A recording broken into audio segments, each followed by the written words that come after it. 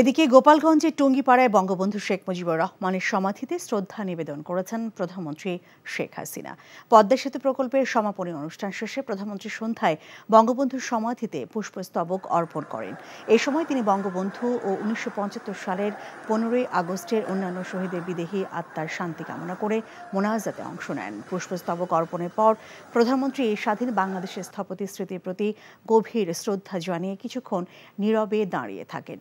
এ সময় উপস্থিত ছিলেন মন্ত্রিপরিষদ ও আওয়ামী লীগের সদস্যবৃন্দ সহ স্থানীয় আওয়ামী লীগের নেতৃবৃন্দ।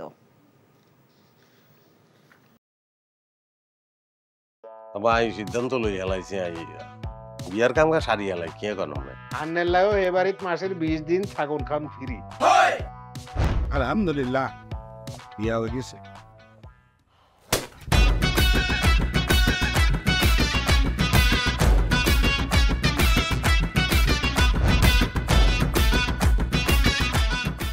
জীবনে কোনোদিন হুইনছেন লাউ আর কচুলই পোলার হইর বাড়িত কেউ গেছে আর কথার বাইরে যদি এক পা আপনি যান আই আন্নেরে সুজা তালাক দি দিমু বুঝছেন নি ভাইয়া কিছু টিয়া পয়সা দেন কামর দে আরে খাই পেলা লবণ দিয়ে আরে খাই পেলা আই চাই না আর জামাই ঘর জামাই থাক আন্নে আমারে আন্নেকো বাড়িতে লই চলেন।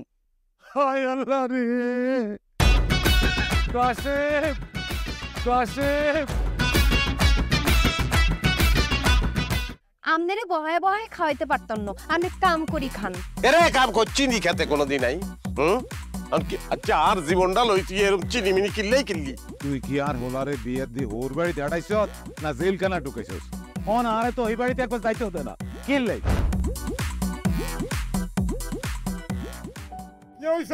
আরে তোর কথা কইতে কইতে মনে হচ্ছে কোন জ্ঞানে ফিরেন না আব্বা মেরে আব্বা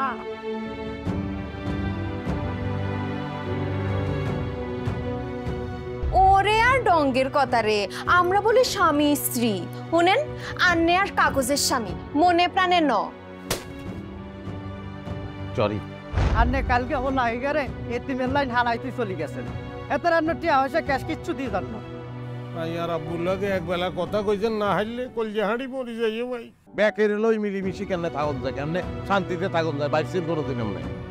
তুই ঠিকই কইছিস বাজে ঠিকই কইছিস তুই আয়সার লোকে করি আয় আর কোনোদিকে চাইবার সুযোগ হয় না কোনোদিন ভাবিও না অথচ মানুষ এই দুনিয়াত বাঁচতে গেলে আরো যে মানুষ লাগে সেটা তো আমি জানতাম না। এখন জন্ম সনদ দিয়ে খোলো বিকাশ স্টুডেন্ট অ্যাকাউন্ট। নিজের বিকাশ নিজে কর।